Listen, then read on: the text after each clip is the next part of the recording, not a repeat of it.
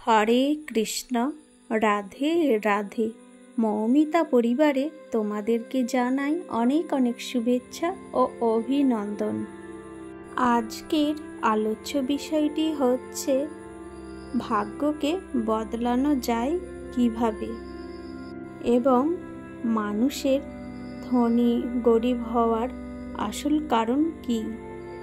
শ্রোতা বন্ধুরা, সকলেই একটু মনোযোগ সহকারে শ্রবণ করো, তোমরা অনেক কিছুই জানতে পারবে। বন্ধুরা, আমরা দেখতে পাই কারো হাতে অগাধ সম্পত্তি, তারা যেভাবে খুশি ইচ্ছা টাকা খরচ করে এবং অপচয়ও করে। আবার দেখা যায় কেউ দুবেলা দুমুঠো খাবারও খেতে পায় না। কিন্তু কেন এরকমটা হয়? তাদের ভাগ্যে কি শুধু সারা জীবন দারিদ্রতায় লেখা আছে, নাকি সেই ভাগ্যকে বদলানো যায়? এরকম একটি সুন্দর কাহিনীর মাধ্যমে বিস্তারিত জেনে নেব মানুষের জীবনে দারিদ্রতা আসে কেন, সেই দারিদ্রতা ও অর্থের অভাব কিভাবে দূর করা যায়। শুনে নেওয়া যাক এই ভিডিওর মাধ্যমে। বহুকাল আগে এক স্থানে এক সন্ন্যাসী ছিলেন। হঠাৎ করেই তিনি স্থির করলেন যে স্থানে রয়েছে তার থেকে অন্য স্থানে যাবেন। এর জন্য তিনি সবথেকে তার প্রিয় এবং বিশ্বস্ত ছাত্রকে নিয়ে যাত্রা শুরু করেন। অনেক দূর হাঁটার পর তারা ক্লান্ত হয়ে পড়ে। তারপর তারা একটি গাছের তলায় বিশ্রাম নিতে থাকেন। একজন সাধু একটি গাছের তলায় বসে ধ্যান করছেন দেখে তাদের কাছে অনেক লোকজন আসে এবং নানা রকমভাবে অনেক রকম প্রশ্ন করতে থাকেন। তারপর একটি ঘোড়ায় চড়ে একটি রাজা আসেন আর সাধুকে দেখে ঘোড়া থেকে নেমে এসে হাত জোড় করে বলেন, সাধু বাবা, কাল পাশের রাজ্যের সঙ্গে আমার যুদ্ধ হবে, তো এবার বলুন তো আমি সেই যুদ্ধে জিতব নাকি হেরে যাব? এরপর সাধু বাবা চোখ বন্ধ করে রেখে বললেন, কোনো চিন্তা নেই, এই যুদ্ধে তোমার জিত নিশ্চিত। এতে খুশি হয়ে সেই রাজা চলে গেলেন। তারপরে আরও একটি রাজা আসলেন। তিনিও ঘোড়া থেকে নেমে সাধু বাবাকে একই প্রশ্ন করলেন। সাধু বাবা তাকে বললেন, তুমি কাল যুদ্ধে হেরে যাবে, তোমার পরাজয় নিশ্চিত। সেই রাজা এই কথা শুনে অবাক হয়ে গেল এবং সেখান থেকে চলে গেল। রাজা চলে যাবার পর তার প্রিয় শিষ্য তাকে জিজ্ঞাসা করল, বাবা, আপনি তো জ্যোতিষী নন এবং ভবিষ্যৎও জানেন না, তাহলে এই কথা বললেন কেন? সাধু বাবা বললেন, আমি এই কথা বলেছি তুমি খুব তাড়াতাড়ি জেনে নেবে তার কারণ। এরপর তারা সেখানে কিছুক্ষণ বিশ্রাম নিয়ে আবারও এগিয়ে চললেন। পথে হাঁটতে হাঁটতে তারা তৃষ্ণার্ত হয়ে পড়লেন। কাছেই তারা একটি বড় বাগানের মধ্যে জরাজীর্ণ বাড়ি দেখতে পান। তারপর তারা সেই বাড়ির দরজায় কড়া নাড়লেন। তাদের আওয়াজ শুনতে পেয়ে একজন ব্যক্তি সেই বাড়ি থেকে বেরিয়ে আসলেন। সাধু বাবা বললেন, আমরা দুজনে তৃষ্ণার্ত, আমাদেরকে জলপান করান। লোকটি তার বাড়ি থেকে তাদের জন্য পানীয় জল এনে দিল। জলপান করে সাধু সেই ব্যক্তিকে বললে, তোমার তো অনেক বড় বাগান রয়েছে, ফসলের জমিও রয়েছে, তাহলে তোমার বাড়ি এত জরাজীর্ণ কেন?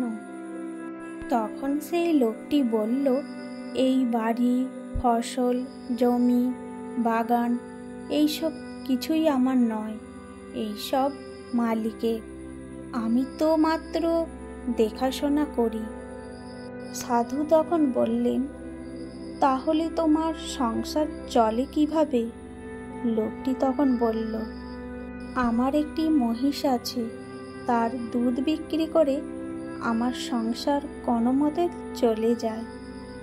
আমার পর আমার ছেলেও একইভাবে সংসার চালাবে।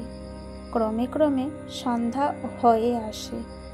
সাধু তখন সেইখান থেকে চলে যাবার প্রস্তুতি নিলে লোকটি বলল, গুরুদেব, রাত হয়ে আসছে, পথে অনেক বিপদ হতে পারে।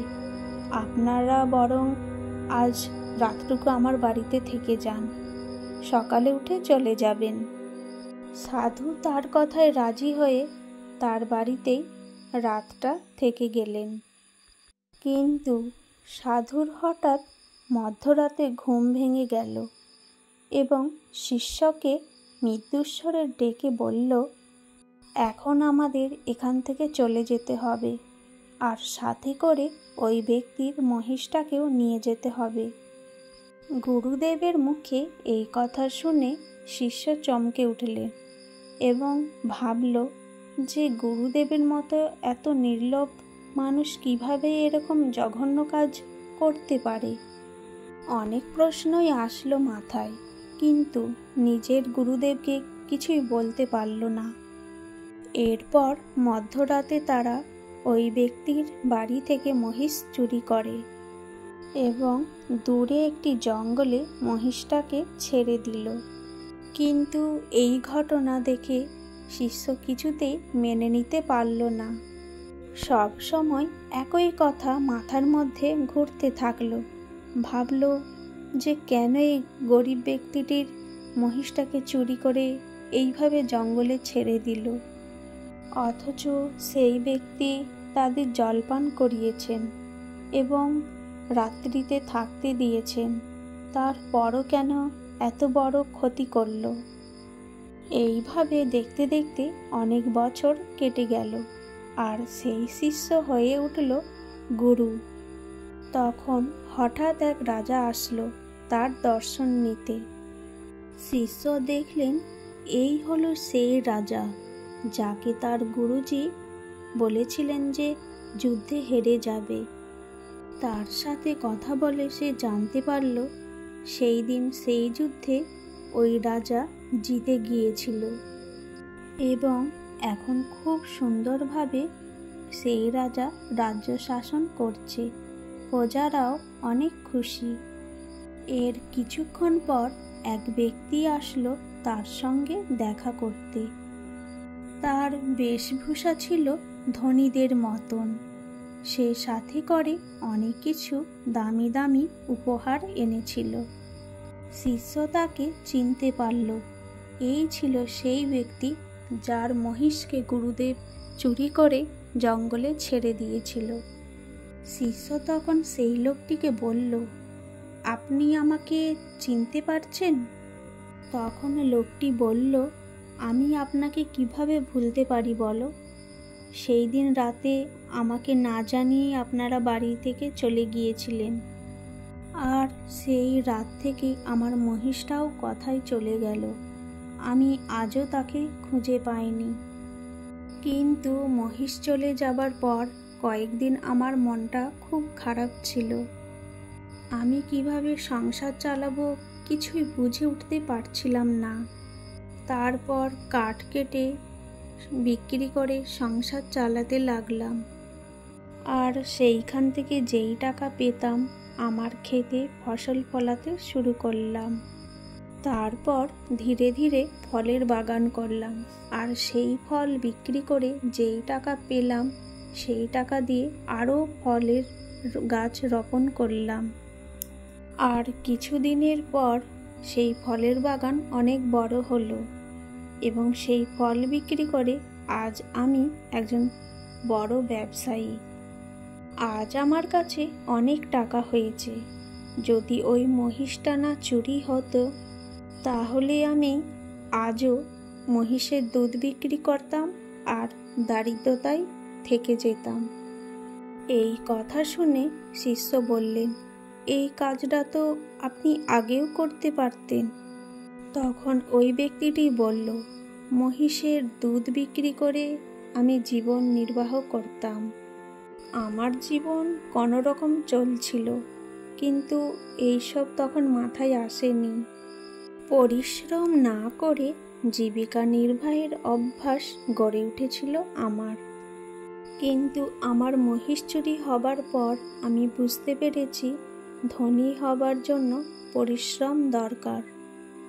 তখন সেই ব্যক্তি সেখান থেকে চলে গেলে শিষ্য গুরুদেবকে বললেন, গুরুদেব, আমি বুঝতে পেরেছি আপনি কেন মহিষ চুরি করেছিলেন, কিন্তু এটা বুঝতে পারছি না যে ওই রাজাকে মিথ্যা কথা কেন বলেছিলে। গুরুদেব বললেন, আসলে আমি জানতাম যে ওই দুই রাজার মধ্যে একজন সুশাসক, একজন অত্যাচারী। তাই যে অত্যাচারী ছিল তাকে বলেছিলাম সে যুদ্ধে জিতে যাবে, আর যে সুশাসক ছিল তাকে বলেছিলাম সে যুদ্ধে হেরে যাবে।